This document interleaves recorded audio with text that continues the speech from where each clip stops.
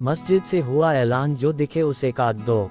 तलवार डंडों के साथ सड़क पर उतर गई मुस्लिम भीड़। चश्मदीदों ने बताया बहराइच में हिंसा कैसे भड़की। तो हेलो दोस्तों, नमस्कार। वर्ल्ड क्राइम स्टोरी 53 में आप सभी का स्वागत है। तो दोस्तों, बहराइच में अभी भी हिंसा जारी है। तो दोस्तों, सूचना के मुताबिक अब्दुल हमीद के परिवार की ओर से डीजे पर बज रहे गाने पर आपत्ति जताई गई। जब डीजे नहीं रोका गया तो डीजे ऑपरेटर को गालियां देकर थप्पड़ मारा गया। बहराइच जिले के महाराजगंज कस्बे में 13 अक्टूबर को दुर्गा प्रतिमा विसर्जन के दौरान हुई हिंसा ने पूरे इलाके को दहला दिया। इस हिंसा में कई लोग घायल हुए, जिनमें विनोद मिश्रा और उनके दिव्यांग भाई सत्यवान मिश्रा भी शामिल हैं। विनोद का हाथ टूट गया है और उनका सिर भी गंभीर रूप से घायल हुआ है। वहीं उनके भाई सत्यवान, जो 90% दिव्यांग हैं, भी इस हिंसा में बुरी तरह से घायल हो गए। इलाज के बाद अब दोनों अपने घर लौट आए हैं, लेकिन इस घटना ने उनके दिलों में गहरी चोट छोड़ी है। वहां मौजूद लोग प्रत्यक्षदर्शियों ने बताया कैसे हुई हिंसा की शुरुआत। विनोद और सत्यवान ने आज तक से बातचीत में बताया कि उस दिन वे दुर्गा प्रतिमा विसर्जन में शामिल थे और डीजे के ठीक पीछे खड़े थे।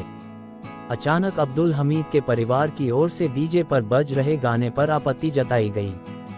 जब डीजे नहीं रोका गया तो डीजे ऑपरेटर को गालियां दी गईं और थप्पड़ मारा गया। इसके बाद डीजे की लीड खींच ली गई और दुर्गा प्रतिमा पर पत्थरबाजी शुरू हो गई, जिससे मूर्तियां खंडित हो गईं। इस घटना के बाद तनाव बढ़ गया और हिंसा फैल गई। विनोद मिश्रा बताते हैं कि उस वक्त उन्हें लग रहा था कि वे शायद इस हिंसा में बच नहीं पाएंगे। पत्थरबाजी में कई लोगों के सिर फट गए तो कई के हाथ टूट गए। बवाल इतना बढ़ गया कि मस्जिदों से ऐलान किया जाने लगा कि जो दिखे उसे काट दो।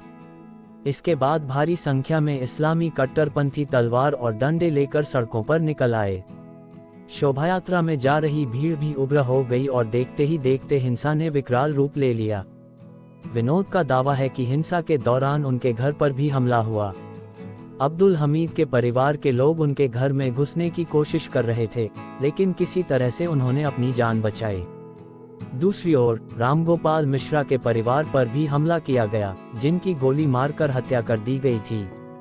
रामगोपाल को बचाने के लिए लोग हमीद के घर में घुसे थे, लेकिन पत्थरबाजी के कारण उन्हें भी चोटें आईं।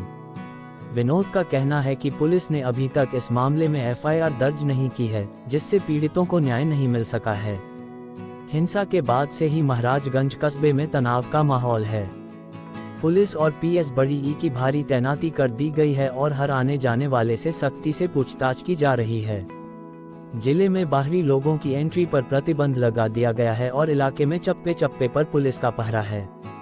बहराइच हिंसा की जुड़ें और पुलिस की कार्रवाई अभी भी जारी है।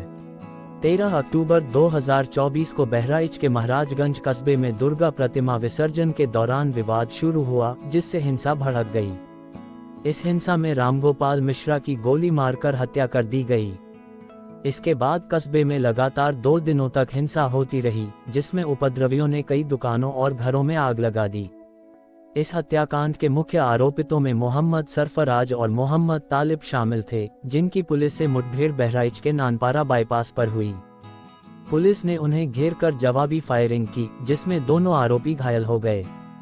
ये आरोपित नेपाल भागने की फिराक में थे, लेकिन पुलिस ने इन्हें धर दबोचा।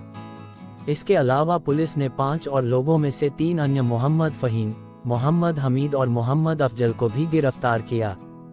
सभी आरोपितों के खिलाफ सख्त कार्रवाई करते हुए रासुका के तहत मामला दर्ज किया गया है।